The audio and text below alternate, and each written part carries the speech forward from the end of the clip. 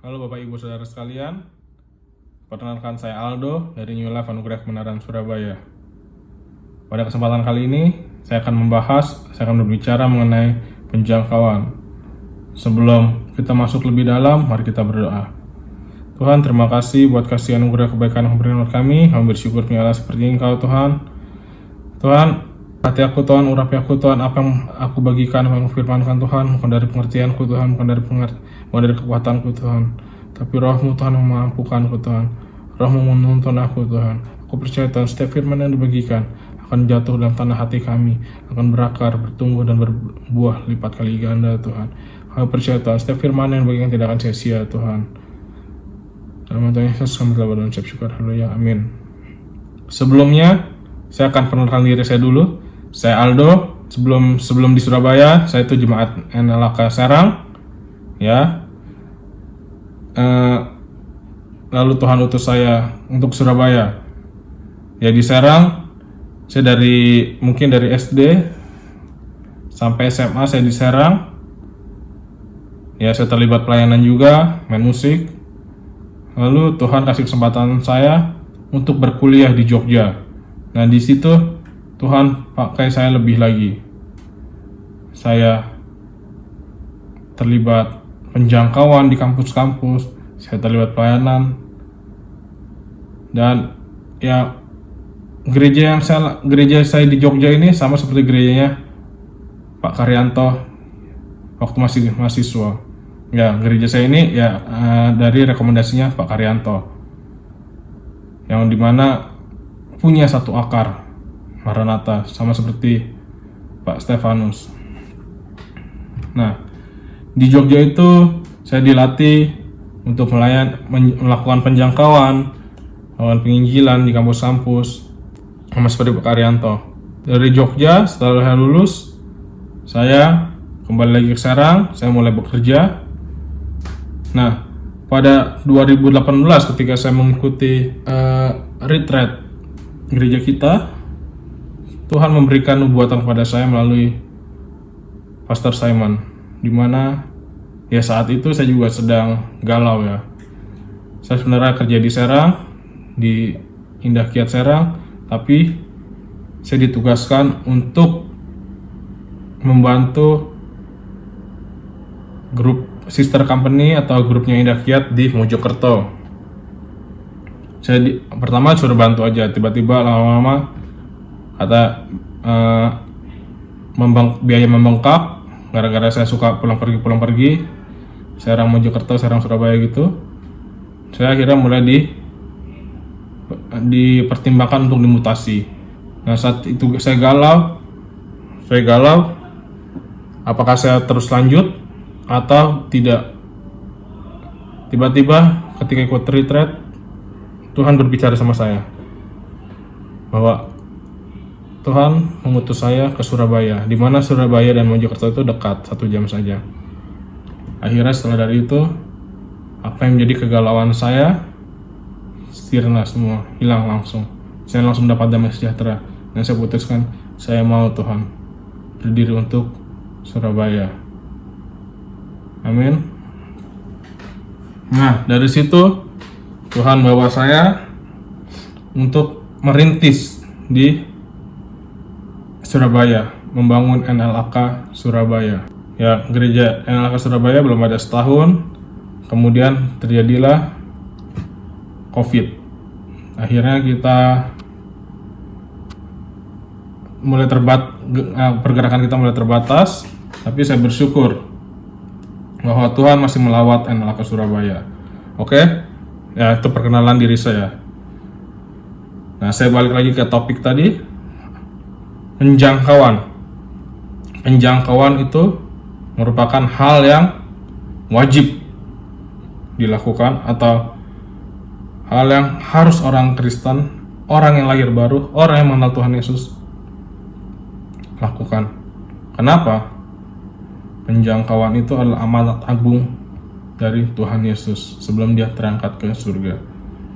Mari kita buka di Matius 28 ayat 19 bagian A. Karena itu pergilah, jadikanlah semua bangsa muridku. Amin. Karena itu pergilah, jadikanlah semua bangsa muridnya Tuhan.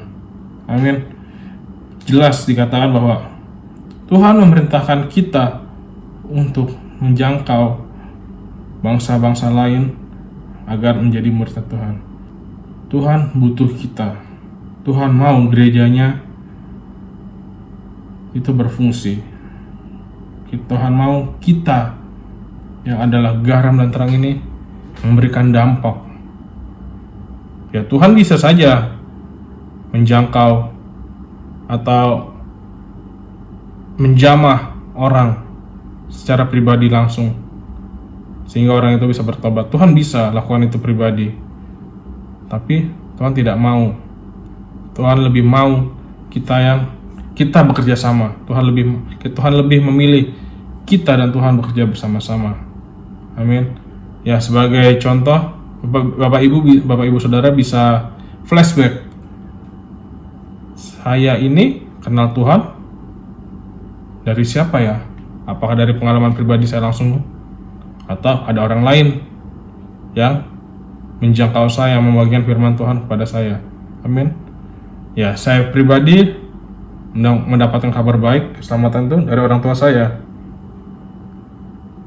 Orang tua saya dari Pak Stefanus dan lain sebagainya. Amin. Mayoritas kita itu dari orang lain. Saya sudah menerima dari orang lain, maka kita atau saya harus bisa juga membagikannya kepada orang lain. Amin. Kita tidak boleh jadi orang egois. Dan ada beberapa hal yang perlu kita perhatikan ketika menjangkau. Ya, menjangkau itu bukan bicara mengenai pindahin orang dari gereja A ke gereja kita, dari agama A ke agama kita. No, lebih dari itu. Amin. Oleh sebab itu yang pertama kita harus lakukan adalah kita harus melayani dengan kasih. Kenapa kita harus melayani dengan kasih? Karena ketika kita melakukannya dengan kasih, kita tidak ada hitung-hitungan, kita tidak akan sungut-sungut, tidak ada yang melihat. Kita akan terus lakukan. Kita keluar uang, kita keluar tenaga, kita capek, kita juga terus lakukan. Amin. Karena apa? Kita melakukan dengan kasih, tanpa ada yang maksa. Itu keluar sendiri dari hati kita. Amin. Kita buka di 1 Korintus 16 ayat 14. Lakukanlah segala pekerjaanmu dalam kasih, firman Tuhan. Kita harus melakukan pekerjaan kita semua dalam kasih. Yang menjangkau juga suatu pekerjaan. Amin. Pekerjaan yang malah Tuhan suruh. Pekerjaan yang Tuhan perintahkan. Jadi kita harus melakukan dengan apa lagi? Jadi kita harus melakukannya dengan kasih. Amin. Karena kasih itu yang menggerakkan semuanya. Kita bisa ditebus dosanya karena siapa? Karena kasih. Yohanes 3 ayat 16. Karena begitu besar kasih Allah akan dunia ini. Begitu besar kasih Allah akan dunia ini sehingga Ia mengaruniakan anak yang tunggal. Amin. Semua digerakin karena kasih. Begitupun kita. Kita harus bergerak bukan karena pemimpin sel kita suruh. Bukan karena Pak Stef suruh, gereja suruh, atau lain sebagainya. Karena dari luar bukan. Tapi karena dari hati kita mau. Sama seperti saya dikasihi, sama seperti kita dulu dikasihi, saya mau mengasihi yang lain. Amin. Kita tidak boleh jadi orang egois, kita tidak boleh jadi orang yang mementingkan diri sendiri. Kenapa? Kalau Tuhan egois, ya kita tidak jadi seperti ini. Amin. Tuhan aja tidak egois, masa kita egois? Kita belajar dari siapa? Siapa yang ngajarin kita jadi egois? Ya enggak? Di 1 Yohanes 4 ayat 7 sampai 12. Saya akan bacakan yang ayat 7 dan 11 saja. Ayat 7. Saudara-saudaraku yang kekasih, marilah kita saling mengasihi, sebab kasih itu berasal dari Allah. Dan setiap orang mengasihi lahir dari Allah dan mengenal Allah. Amin. Jika kita lahir dari Allah, kita itu apa? Orang yang bisa mengasihi. Jika kita mengenal Allah, kita adalah orang yang bisa mengasihi. Amin. Karena kasih itu berasal dari Allah. Di ayat 11, saudara-saudaraku yang kekasih, jikalau Allah sedemikian mengasihi kita, maka haruslah kita saling mengasihi. Amin. Jika Allah begitu mengasihi kita, maka kita harus bisa mengasihi yang lain juga. Amin. Jelas ayat ini katakan, kita harus bisa mengasihi orang lain. Bukan cuma mengasihi diri sendiri, bukan cuma mengasihi keluarga doang. Orang yang bukan keluarga, orang yang kita kenal, orang asing, benar-benar asing, belum kita pernah jumpa, kita harus punya belas kasihan juga kepada mereka. Kenapa? Karena semua orang itu butuh Tuhan. Semua orang di dunia ini butuh Tuhan. Ya, kehidupan kita sekarang ini kehidupan yang tidak kekal, sementara. Ada kehidupan kekal, kehidupan kedua nanti. Setelah kehidupan di bumi ini, ada kehidupan yang menanti kita, itu kehidupan kekal. Dan untuk mendapatkannya, kita butuh siapa? Kita butuh Tuhan Yesus. Amin. Jika kita tidak bisa mengasihi orang lain, maka banyak orang-orang tersebut yang tidak jelas kehidupannya nanti, di kehidupan kekal nanti. Yang tidak jelas itu apa? Ya, di neraka. Oleh sebab itu Tuhan butuh kita.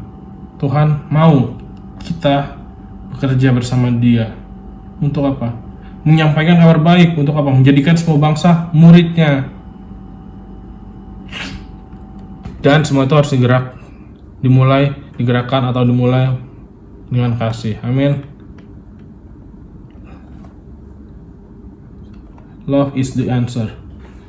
Yang kedua, melayani dengan hati yang murni. Melayani dengan hati yang murni itulah hal yang penting juga. Kenapa? Kita bisa saja menjangkau orang, membawa orang datang kepada Tuhan, tapi bukan untuk kemuliaan Tuhan, untuk kemuliaan kita sendiri. Contoh gini, gara-gara saya orang itu bertobat, itu saya loh menangin, itu saya loh yang bagiin firman, itu saya loh yang membuat dia bertobat. Saya. Nah, iya, orang itu mungkin bertobat sungguh-sungguh, tapi bukan nama Tuhan yang dipermuliakan. Kita yang meninggikan diri kita. Hati yang murni itu apa? Kita bertulus. Hati yang murni itu apa? Yang tahu siapa? Hanya saya dan Tuhan, kita dan Tuhan saja. Kita mungkin bisa, ya tadi, pergi penjangkauan, pergi segalanya, tapi karena apa? Motivasinya, untuk cari cewek, apalagi masih anak muda, masih youth, mencari cewek, atau mau tebar pesona, atau gimana, gak ada yang tahu. Tapi saya percaya apa yang berasal dari hati akan sampai ke hati. Ketika kita melayani dengan hati, orang yang kita layani juga akan merasa terberkati. Amin. Di Kolose 3:23 dikatakan, apapun juga yang kamu perbuatlah dengan segenap hatimu, seperti untuk Tuhan, dan bukan untuk manusia. Amin. Kita harus lakukan dengan Tuhan, untuk Tuhan. Tuhan itu apa? Terlihat ya? Nggak terlihat. Tapi dia bisa lihat kita nggak? Selalu. Maksudnya apa? Kita harus, dimanapun kita berada, kita harus berikan yang terbaik. Kita harus berikan yang dengan spirit of excellence. Bukan karena ada yang lihat baru kita lakukan yang terbaik, tidak. Tapi ada yang lihat atau tidak, itu bukan urusan kita. Yang kita lakukan apa? Kita terus saja melayani. Kita terus melayani dengan hati yang murni. Amin. Karena apa? Setiap pekerjaan kita lakukan itu apa? Selalu Tuhan lihat.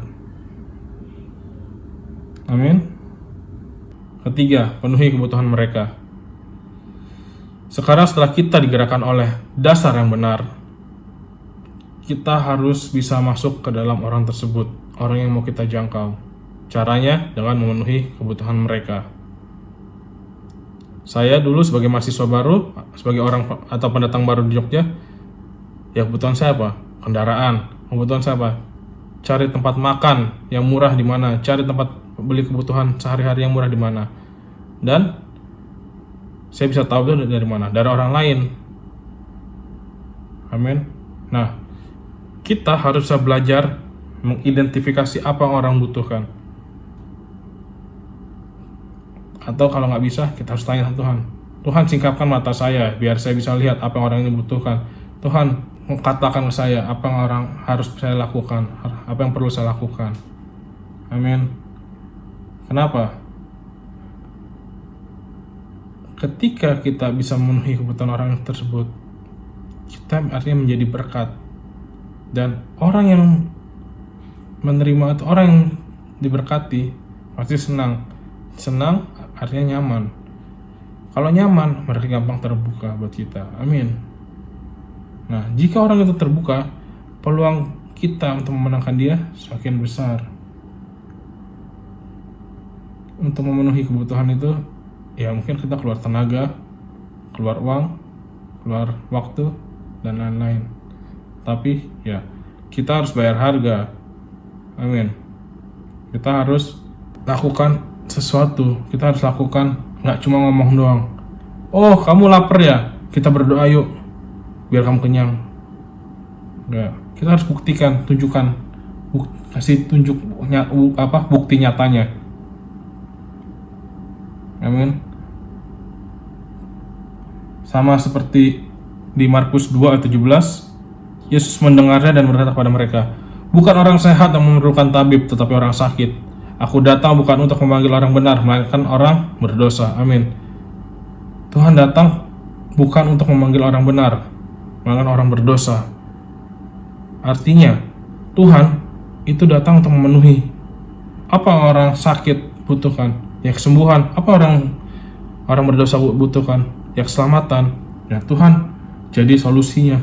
Tuhan tawarkan keselamatan, Tuhan tawarkan mujizat, tawarkan kesembuhan. Amin. Ya, ketika ada orang buta, Tuhan nggak nanya, oke, saya berkati kamu supaya kamu kaya raya, tidak perlu ngemis lagi. Tidak, Tuhan katakan apa? Tuhan celikan matanya, Tuhan bukakan matanya. Amin. Ya, Tuhan melihat kebutuhan. Orang buta butuh untuk apa? Melihat. Maka dia kasih, celikan matanya. Orang tuli butuh untuk mendengar. Tuhan kasih, bukakan telinganya. Orang yang kesurupan, Tuhan bebaskan. Amin. Ya, kita harus bisa seperti itu. Banyak orang di sekitar kita membutuhkan, ya butuh kasih. Ya, kita harus bisa berikan kasih itu. Kasihnya Tuhan. Amin. Kasihnya itu dengan tindakan nyata. Bukan cuma, oke, saya berdoa. Harus kasih tindakan nyata. Kenapa? Action speak louder than the word. Tindakan itu berkata-kata lebih keras, bersuara lebih keras daripada ucapan kita. Amin.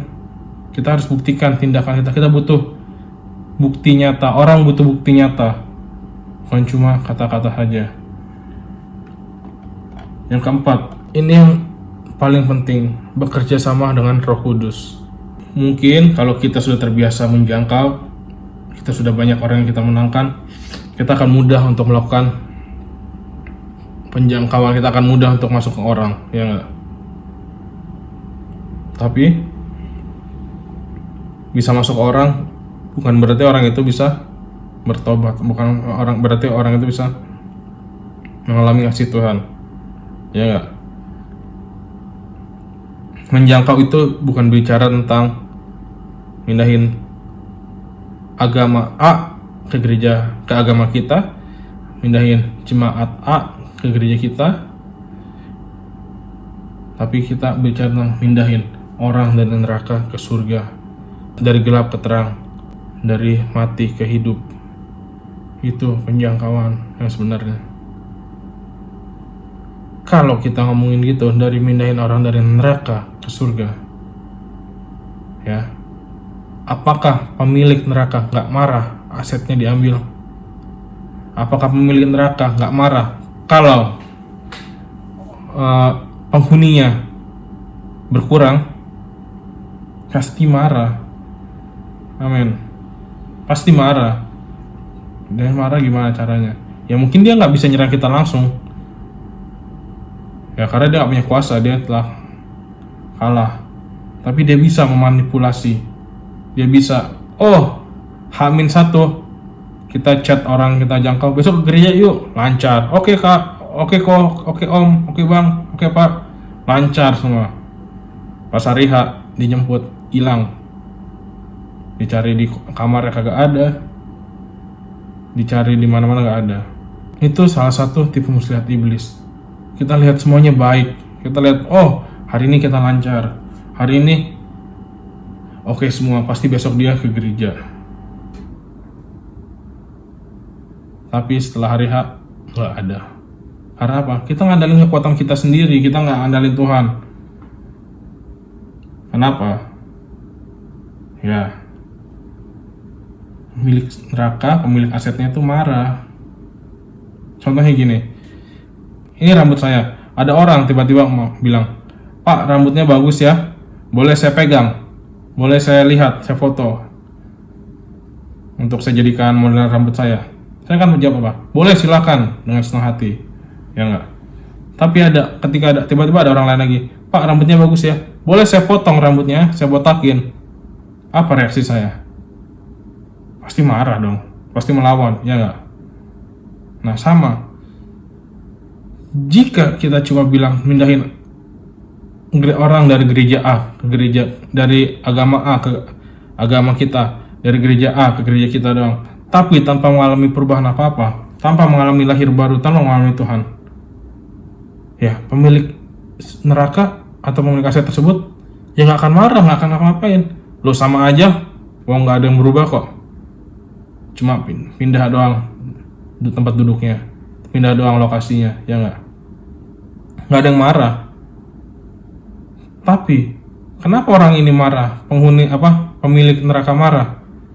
Karena tadi ada hal yang kita usik, dia nggak nyaman lagi, sehingga dia pasti melawan. Sama seperti rambut tadi, kalau rambut saya mau dibotakin, saya pasti melawan, karena akan ada hal yang berkurang dari saya. Sama, akan ada hal yang berkurang di neraka, makanya dia melawan. Dan ini ngomongin tentang apa? Tentang hal rohani, tentang hal roh. Roh ya dilawan dengan roh. Gak bisa roh dilawan dengan jasmani, fisik. Meskipun badannya udah kotak-kotak semua, gak bisa kita melawan kuasa jahat. Yang bisa melawan apa? Ya, kuasanya Tuhan. Amin. Jadi bekerja bersama Roh Kudus itu sangat penting.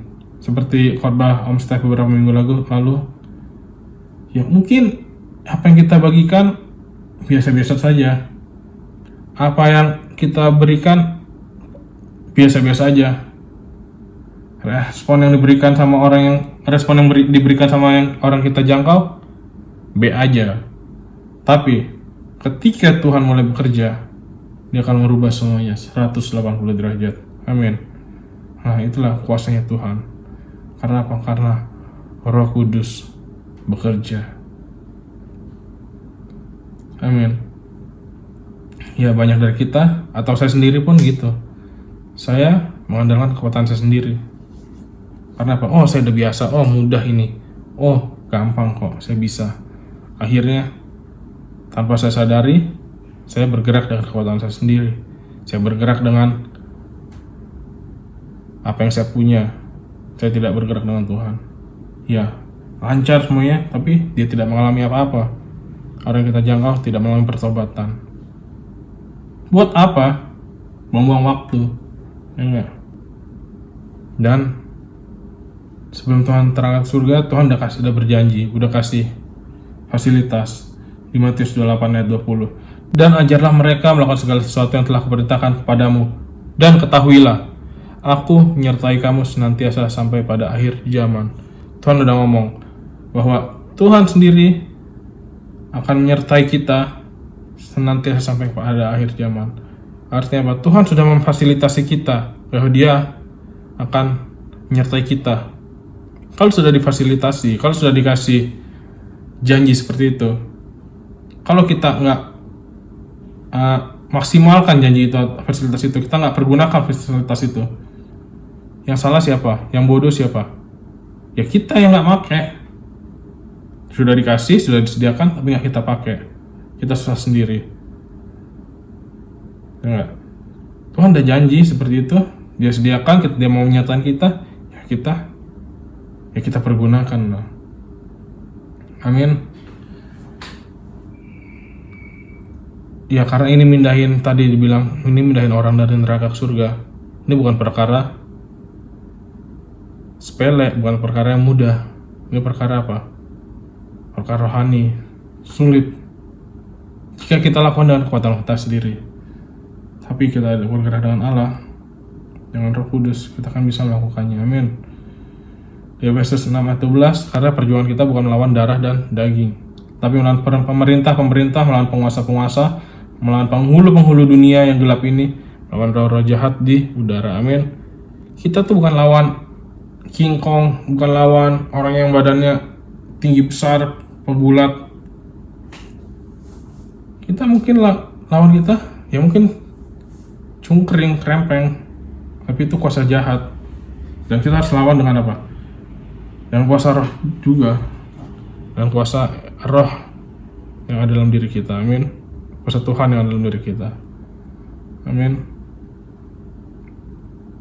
Nah, saya mengajak Bapak Ibu Saudara semua agar kita bisa berjalan, bisa mendengarkan suara Tuhan dan berjalan bersama Tuhan setiap hari. Karena ya ini kunci kesuksesannya.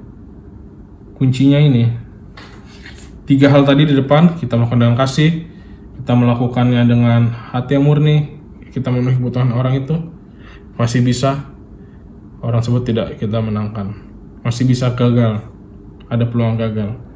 Tapi kalau 3 ini kita gagal, di poin nomor 4 kita berhasil, pasti orang itu akan berhasil kita menangkan. Amin.